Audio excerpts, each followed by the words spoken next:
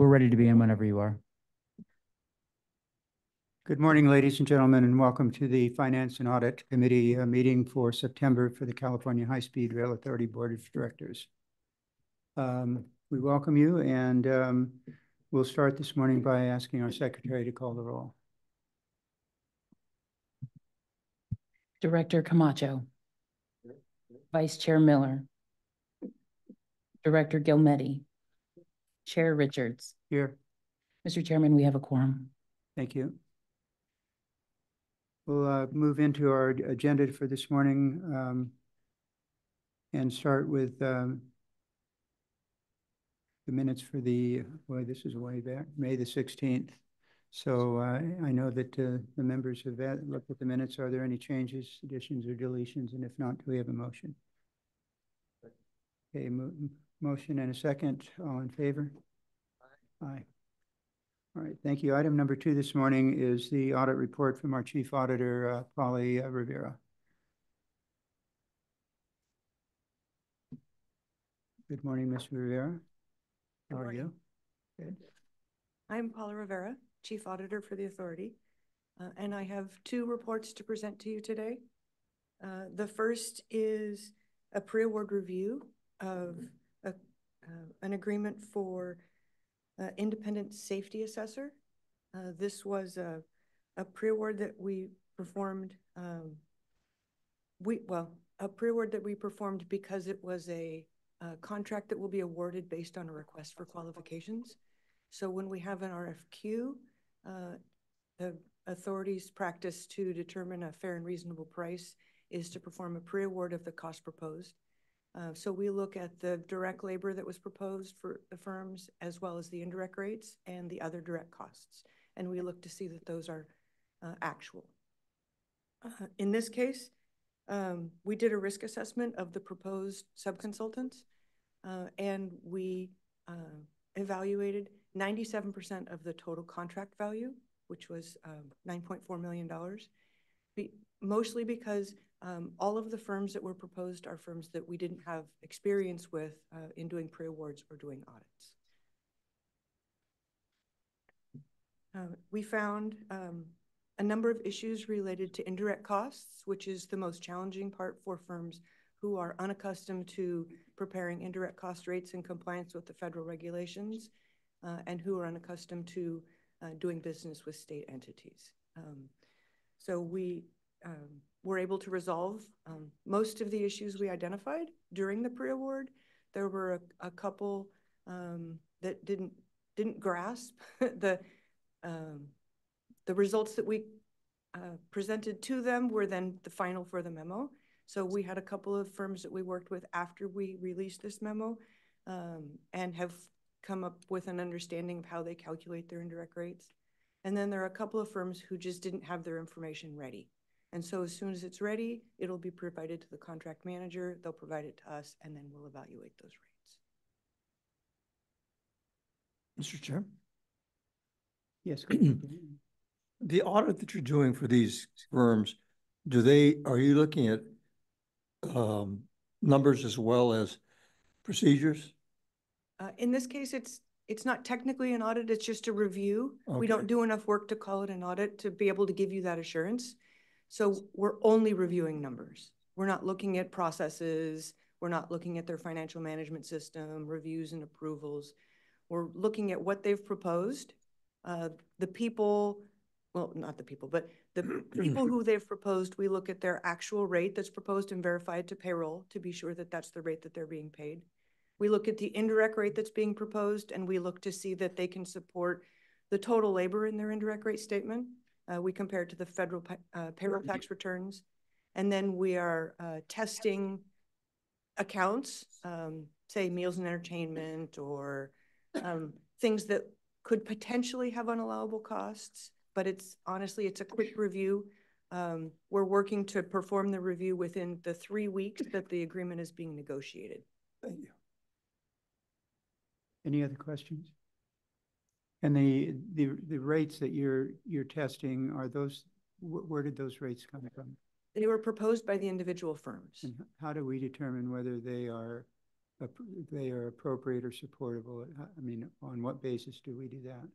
So we're looking to see if they're following a consistent methodology. Most rates for architectural and engineering work are based on their direct labor. So the overhead is a function of their direct labor and their indirect costs. So we're looking to see that they've followed a consistent methodology in preparing it, and then that the general categories of costs are supported. So if we would see that there's a large amount of, say, meals and entertainment, we would look at that specific account and look at all of the detail in that account and identify if there are gifts or contributions or alcoholic beverages or those sort of things. So we're just looking to see that the categories of costs comply with the federal regulations in addition to how they've calculated the rates. Okay. Thank you, Paula. And next. Second item I have for you today is an audit we performed of the small business program.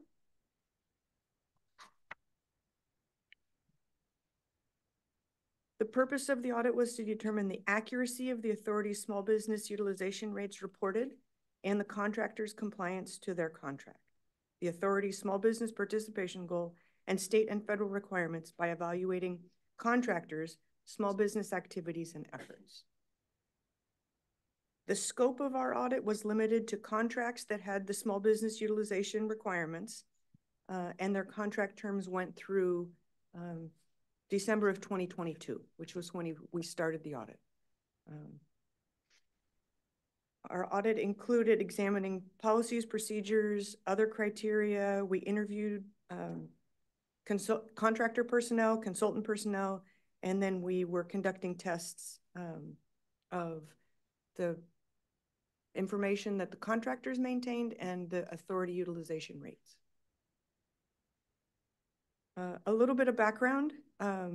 We completed a review of the small business program reporting in 2014 and found multiple issues, including inconsistent tracking of small business participation and utilization reporting.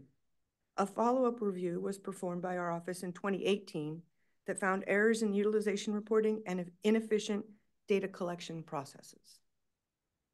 This audit was conducted in 2023-24, and it was of the authority small business program. Our report details the small business program's compliance and reporting elements and makes recommendations the authority may consider implementing to improve the small business program. In November 2023, the small business program received approval from the board to implement a new small business policy, and these revised goals are outside of our audit period and were not evaluated.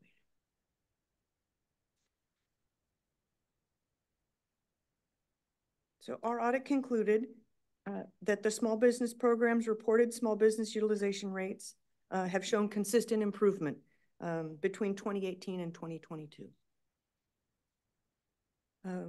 In terms of contractor compliance, we found that the contractors generally complied to their contracts and utilized the small business subcontractors they initially proposed in their small business plan.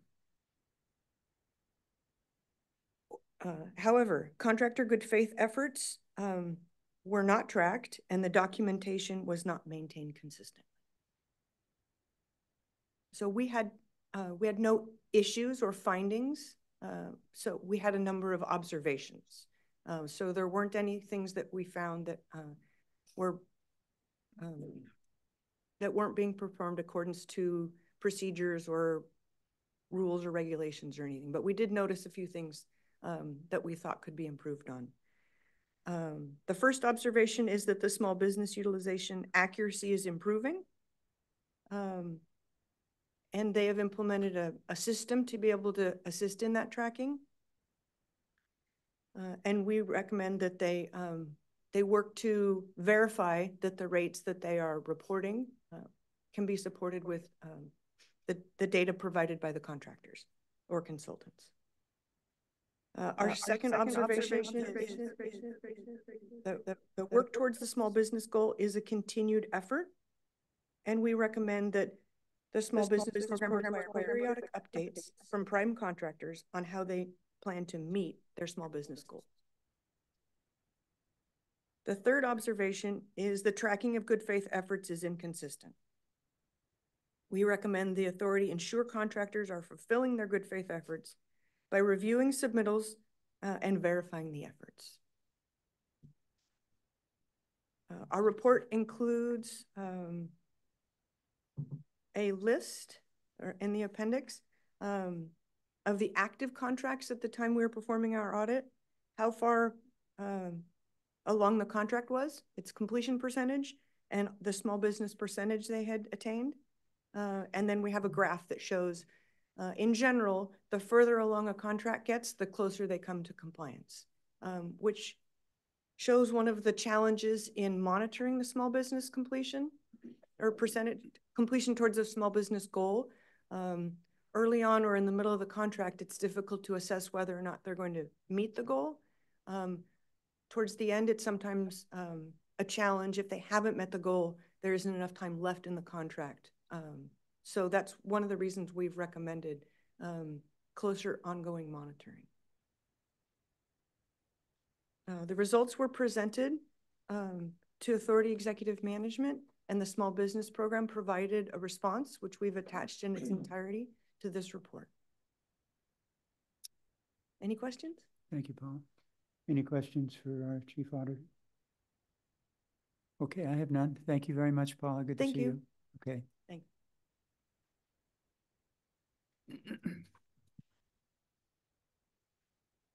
So we'll move on now to item number 3, which is our executive summaries. So with our Acting Chief Financial Officer, Natalie Daniel. Good morning, Natalie. Good morning, Mr. Chair and board members. I'm Natalie Daniel, and I'm the Acting Chief Financial Officer at the Authority. This morning, I'll be briefing you on the September Executive Summary, which covers data through July 31st and is a summary of the Authority's financial activities. As we go through the slides, I'm happy to answer any questions you may have. We also have several subject matter experts in the audience to help with program-specific inquiries. Can you identify who the subject matter experts are who are with you, Natalie? Daniel Horgan may assist with some of the construction questions. Okay. Thank you. We'll start on the next slide. This slide has 2 reports. At the top, we have the accounts payable report, which summarizes our monthly invoice processing. I'm happy to report that first, we did not have any late payments in the month of July, which brings us to a new record of 90 months where we have not incurred any late payment penalties as a result of the Prompt Payment Act. Secondly, moving to the second row of the chart, you can see we're tracking $157.9 million in disputed invoices with contractors. This is about $2.3 million lower than last month, which is primarily due to decreases in Dragados disputes. Dragados continues to make up the majority, about 99% of our vendor disputes. Continuing to the second part of the page, we have our cash management report. This report summarizes the cash balances that we have in each of our 3 funds. If you go to the column on the right side, you can see that first, Prop 1A bond funds are coming in at approximately $336.1 million, which reflects a net decrease of about $109 million. Next, cap and trade funds are showing at about $3.1 billion, which represents a decrease of $29.2 million. This balance does not include our most recent May or August auction results, which will add approximately $411.5 million to the Authority. The May posting will show next month when we report on the August data, and the August posting is currently being processed by the Department of Finance and the State Controller's Office. We anticipate that posting will occur in early October. Lastly, we report that the rail property management funds remain at approximately $12.3 million. Next slide, please. This is our administrative budget and expenditures report, which shows spending for state operations costs. Our operating budget increased by almost $14 million to $111.9 million beginning in July. This was as a result of the enactment of the new state budget for the 24-25 fiscal year. In addition to the $14 million, our new fiscal year budget reflects an increase of 67 new state positions. These changes are both related to an approved budget change proposal that transitioned consulting resources to state positions. In terms of expenditures, we spent about $5.7 million this month on operations expenses. This was $4.6 million less than last month, but June expenditures included year-end purchases and also year-end accruals. Our total expenditure rate for the year is approximately 5.1%, which is a bit below the 8.3% rate of fiscal year completion, but this is due primarily to salary savings. If you look at the last row of the chart, you can see our vacancy rate has increased to 28%, but again, this is related to the addition of the 67 new positions. And without the positions, the vacancy rate would be at 16.8%. Mr. Chairman? Yes, One please, Jim. question. This has been bugging me for years. We have authorized, what, 496 positions, Yes. and we filled 357. Do we have to fill 496 positions? The goal is always to fill as many positions as you can, but there's not a requirement to fill positions. So the Why is it a goal? We should be trying to save money. So I mean, I don't know. well, this is state operations, so these positions are the state staff that work on the project. So But if we don't need them, we shouldn't hire them, right? we actually do need them. We just did a budget change proposal to move consulting resources for operating staff to state resources for operating staff. So there is programmatic need for all of these staff, and they cover a variety of offices. And the determination for the need is accomplished by whom? Or Each of the office directors validated that they needed the office resources, and most of these positions were actually based on past consulting hours that we had validated as part of our base workload. Those positions that are vacant, are those positions, or the FTEs associated with those positions, are they budgeted as a forecast going forward as part of our budget? Yes, they are. So then if we don't fill those positions, we can pull those dollars out of that projected budget, correct? That is true. The totality of the positions makes up the majority of the $111.9 million. Thank you.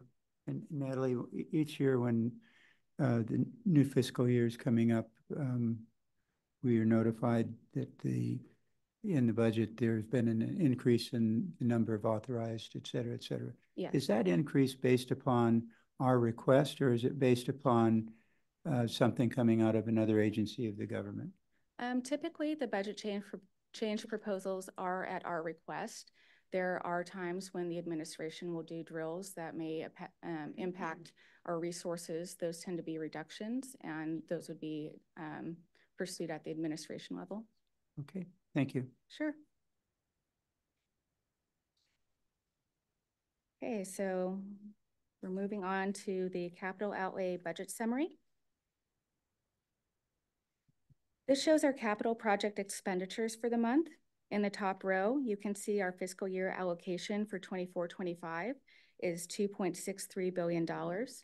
This increase is primarily due to additional scope for final design and right-of-way on the Merced and Bakersfield extensions and advancement of track and systems and train set work.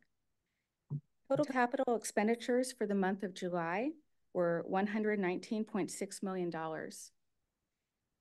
If we break down expenditures by construction packages, we can see that CP expenditures totaled $93.3 million. And if we look specifically at the design build contracts, those totaled approximately $77.7 million. Moving to the bottom table, you can see that capital outlay expenditures were primarily focused in construction at $98.3 million, but also included $19.7 million in project development and $1.6 million in bookend expenditures. Next slide, please. Natalie, before you go on the current budget and those budgets in the past, I assume that's a process that's accomplished by meetings with all of the department heads, et cetera, and coming up with their budgets for the year. That's correct. And so last year It's my recollection was the first time we came pretty close to what the budget was, which was a little over 96%. And now we've jumped it up from 1.850 to the 2.6. Is that, from your perspective, is that a realistic budget for achievement this year?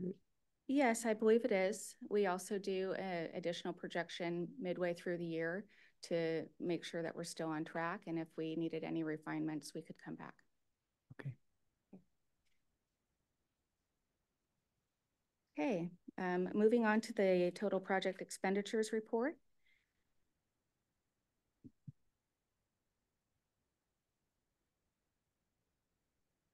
I think we need to back up one slide. Thank you. This top chart reflects our total accumulated project expenditures from July of 2006 through our current reporting period. These totals include both state operations and capital outlay expenditures and come in at about $13.2 billion. The table then breaks out those expenditures by category. In the first row, you can see the majority of expenditures are in construction at about 77.9%. And in the second row, project development is coming in at 12%. The remaining 10.1 is a combination of local assistance and support functions and state operations. And administration is capped at what percent of the total? There is a cap in the Proposition 1A fund of 5%. Thank you. Mm-hmm. The bottom chart is our federal funds and state match liability chart, which provides a comprehensive look at each of our federal grants in terms of expenditures and state match. There's actually not a lot of change in this chart this month, but we do continue to post additional expenditures in the Raise Merced Extension Grant. Additionally, I'm happy to report that we have recently gotten formal grant agreements for the Raise Fresno Depot, CRISI Grade Separation, and Fed State Partnership Awards. These updates will show up in this chart starting next month. Outside of this slide, we had some new application activity, which I'll cover as part of the flash report. Next slide, please. Off the top of your head, the value of those 3 new awards are about what? So the grant agreements are fully obligating the each of the grant awards. The 3 grant awards were for the Fresno Depot. And what amount? What amount? But Natalie, I'm sorry, I meant to, what amounts? How much are the grants for? Yeah, Okay. the Fresno Depot project was for $20 million. The CRISI grade separations were for $202 million. And then the Fed State Partnership was for $3.1 billion. Okay.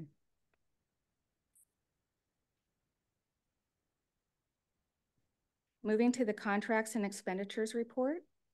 This report outlines our contract and purchase order numbers and totals.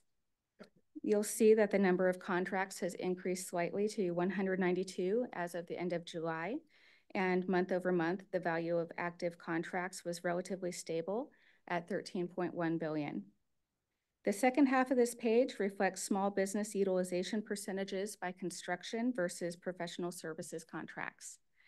In the far right, we can see that total construction small business rates are at 22.8%. Professional services small business rates are at 31.1%. And the overall cumulative total is 23.4%, which is stable and ties to the chart above. As of June 30th, we had 852 small businesses working on the project. Next slide, please. This brings us to our last formal slide, which represents our contingency use reporting. The top chart details project contingency by segment and also shows other contingency tracking. We did have activity in each of the CPs this month and 1 action in the other contingency category, but all individual actions were under $25 million. Cumulatively, they totaled $51.7 million for the CPs and $52.2 million overall. Again, moving to the bottom chart, there were no change orders to report over the $25 million threshold this month, so there are no actions here. Next slide, please. Question, and maybe Daniel can answer this. On CP4, we're almost done there. We have a remaining contingency balance of little over 22 million. Is that enough to settle the remaining items that we have there, especially with Tropicana? We've still have some issues, as you know, with semi-tropic as well. We're doing some cutovers, and then we've got the North Kern. So that is, we are reviewing it. We might need a little bit of additional contingency, but not a lot. We're probably looking at possibly another 10 million. Thank you. You're welcome.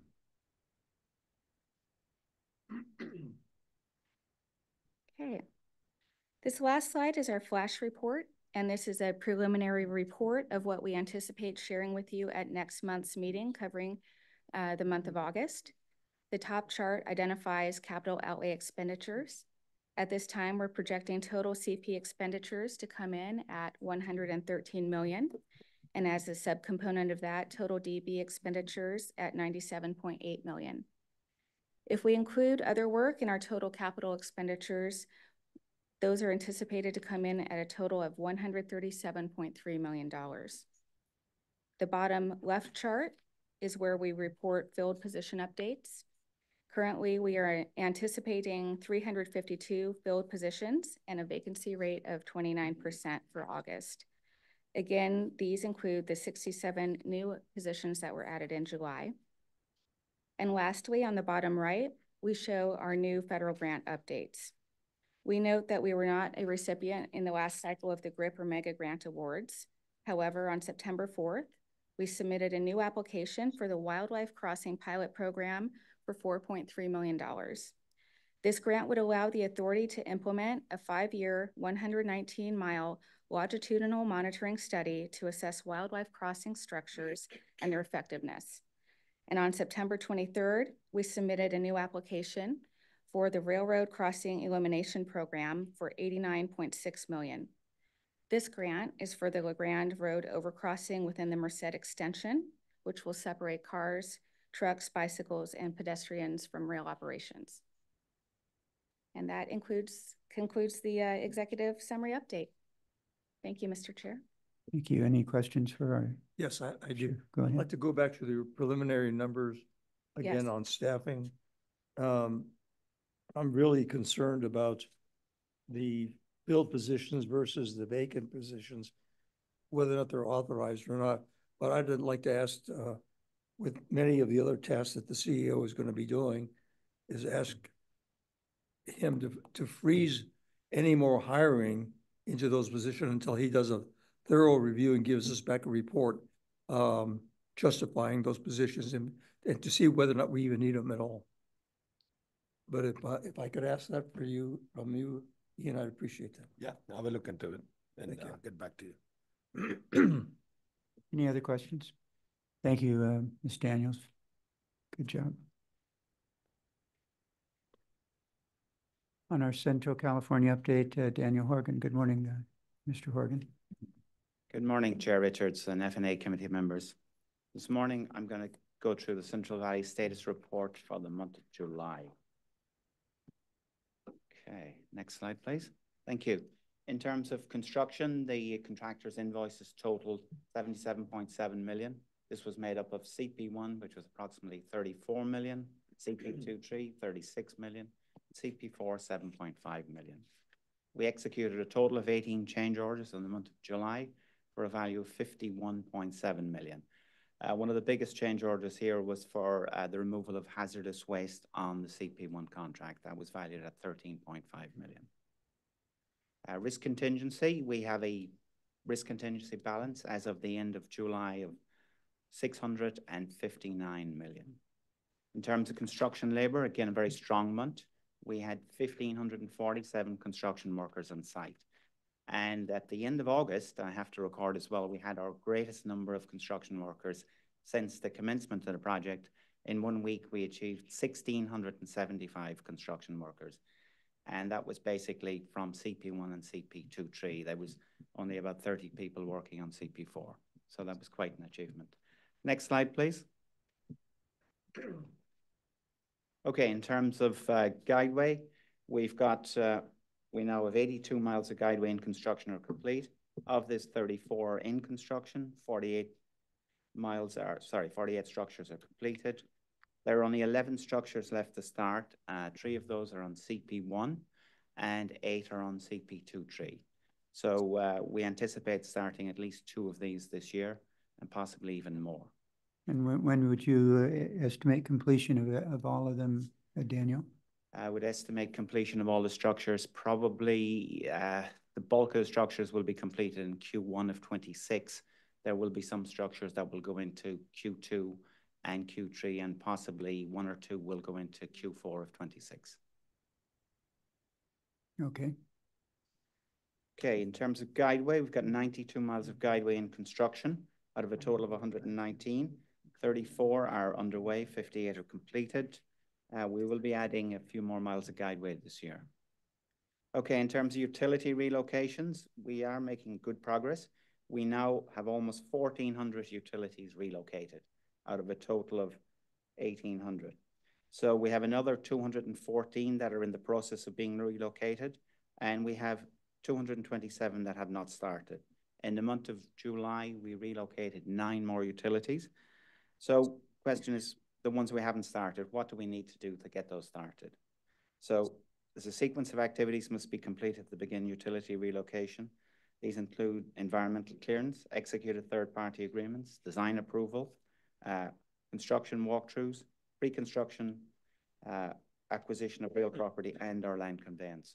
Daniel, are any of these relocations holding up the contractors on their work? As I speak, no. We are sort of working around some utility relocations and resequencing works wherever possible, but at this point in time, there is no utility that is holding up the critical path. Workarounds usually cause delays. Sometimes it's a resequence. So and extra cost. That is also true, Jim. So recently, as an example, we had a PG&E relocation on CP1.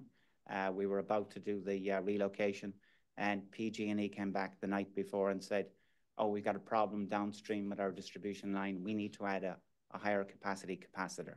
So that was completely out of our control. So we do have issues like that occasionally.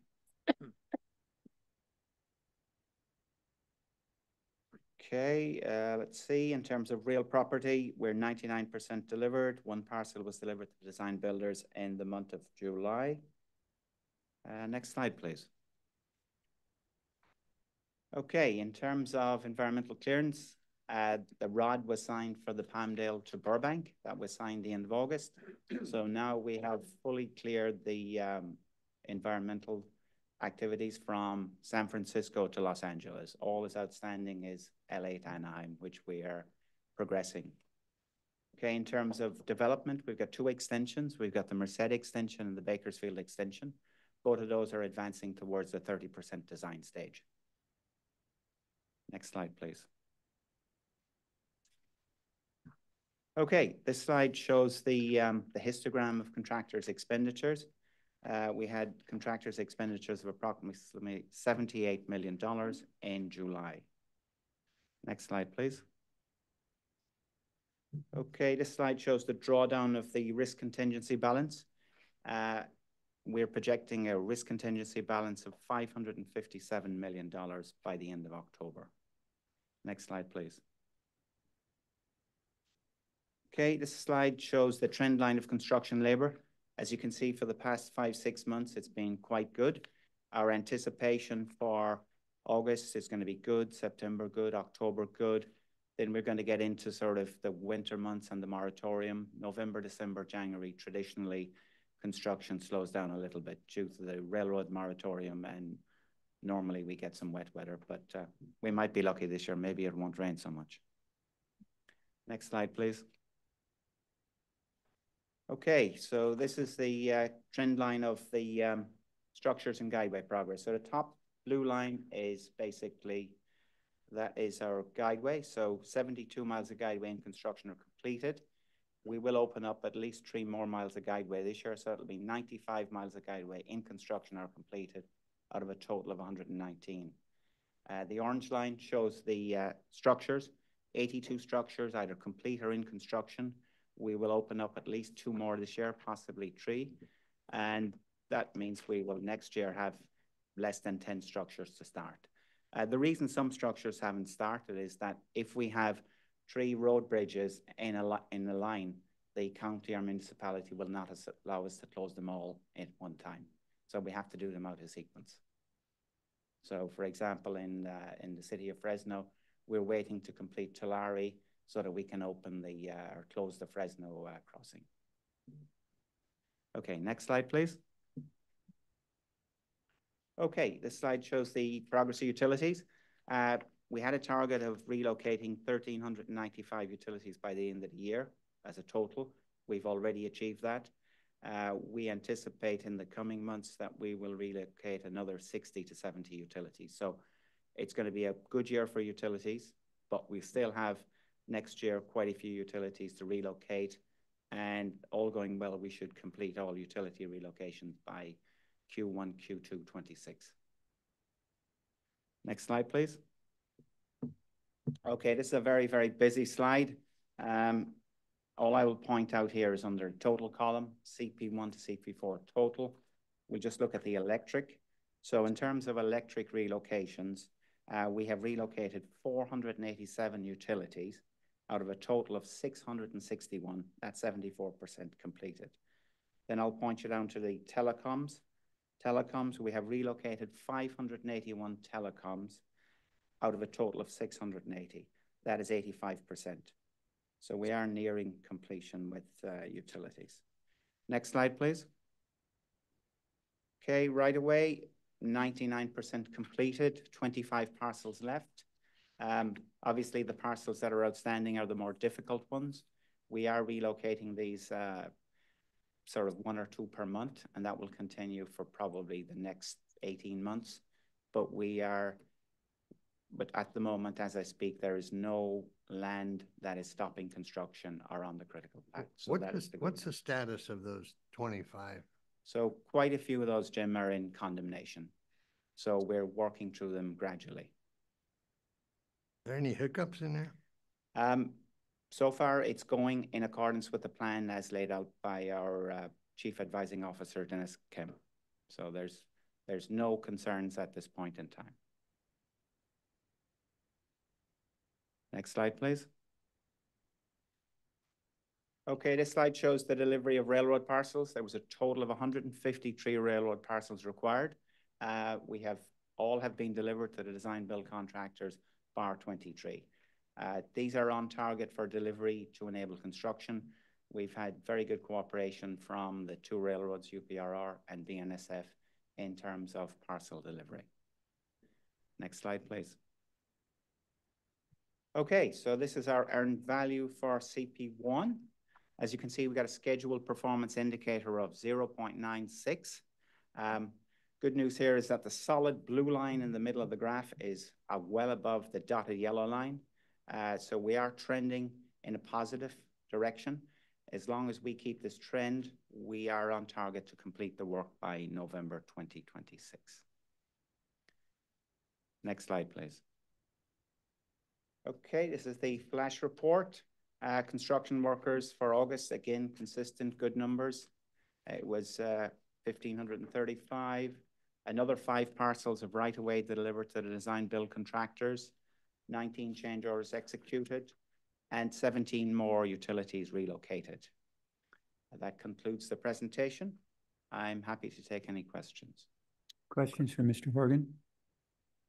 Okay. Daniel, thank you. Great. Thank you.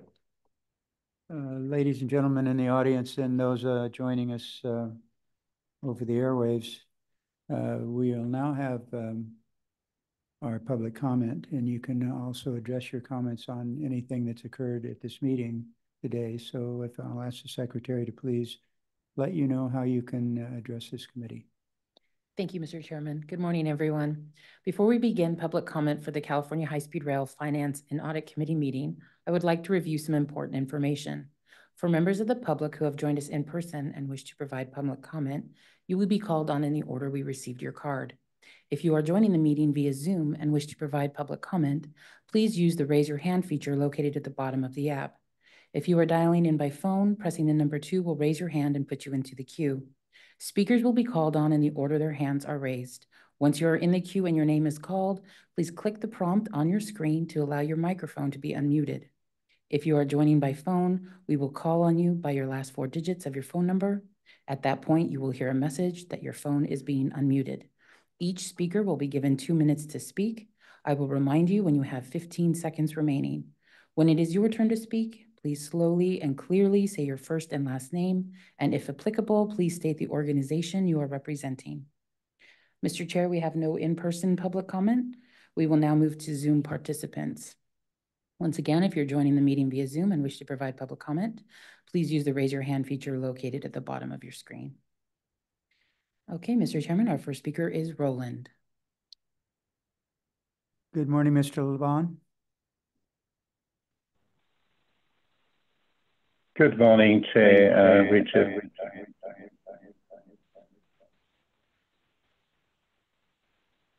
We can hear you. Good morning. Yes, good morning. I'm getting an echo and it's not coming from me. Okay, that's better. So this is Roland O'Brien in San Jose, and could you reset my clock, please? I just did. Thank you. Thank you for the opportunity. It's actually very useful to provide public comment at the end of the meeting rather than the onset, because I wanted to follow up on the letter I wrote to you last night and impress on you the importance of the contingency drawdown curve. Because if you look at your total project expenditures so far right now, which are $13.160 billion, and the amount you spent on contingency, which is, as of October, will be $5.5 billion. You're currently expanding contingency at the rate of 41.8%. I've never heard of this of any mega project anywhere in the world. And it's really concerning because what's happening is that all these change orders are coming at under $25 million, which means you got absolutely no oversight on how you could possibly have spent $5.5 billion on change orders. That is critical. I'm respectfully requested that you refer the matter to the Inspector General immediately and hopefully have a report back to you as to what's going on here by the next board meeting. Thank you. Thank you, Mr. Mr. Chair, we have no other attendees that would like to provide public comment.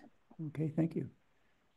So any comments or questions from my committee members? Okay, no? Seeing none, ladies and gentlemen, that'll conclude the business of this committee today. Please join us if you're able at 10 o'clock this morning for the... Oh, really? We moved it to 9:30 this month to see if we could test me. So anyway, we made it. And so join us in 10 minutes or so. And we'll look forward to you at our board meeting at 9:30 this morning. This committee is adjourned. Thank you. When did we do that?